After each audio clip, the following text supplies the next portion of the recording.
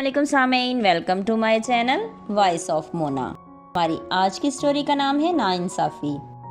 हदीद की शादी हुमैरा से हुई। दोनों पहले पहले तो बहुत खुश थे। 5 साल बहुत अच्छे गुजरे। हदीद के 2 बच्चे भी हो गए, एक बेटा और एक बेटी। बेटी बड़ी थी। हदीद मिस्त्री था और घर बनाता था। हदीद के मोहल्ले में उसके दूर के रिश्तेदार रहते थे।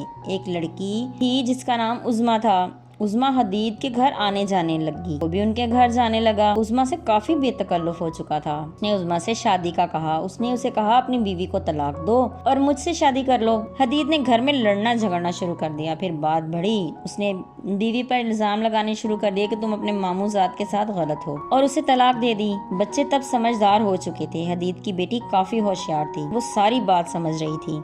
हर वक्त माँ के साथ होती थी। इस बात की वजह से वो बाप के खिलाफ हो चुकी थी। हदीद ने उज़मा से शादी कर ली। वो वहाँ से दूर आ गया, दूसरे शहर, और घर भी बेच दिया। हुमैरा अब अपने मैके चली गई। दोनों बच्चे साथ लेकर हदीद अब उज़मा के साथ दूसरे शहर में था। पलटकर कभी बच्चों की खबर नहीं लेता था। बेटा उसे कभी कभी मिलने आता। बेटी ने कभी हदीद की शक्ल नहीं देखी। वो सख्त नफरत करती थी। उज़मा के साथ शादी को काफी अरसा हो गया था। उज़मा के यहाँ 7 बेटे और 4 बेटियां हुई थी। उज़मा अनपढ़ होने के साथ मुंहफट थी। बच्चों की तरबियत ज़रा अच्छी नहीं की थी, सब बदतमीज़ थे। हदीद अब परेशान था। उसे लगता था हुमैरा की बद्दुआ लग चुकी है उसको। बच्चे ज़रा उसकी इज्जत नहीं करते थे। हुमैरा के दोनों बच्चे बहुत अच्छे थे। वो दोनों की शादियां कर चुकी थी। उसने हदीद को शादी में भी नहीं बुलाया था। बेटा मिलता था उसे, लेकिन बेटी ने कभी पलट कर नहीं देखा। इधर वाले बच्चे सब के सब निकम्मे और नालायक निकले।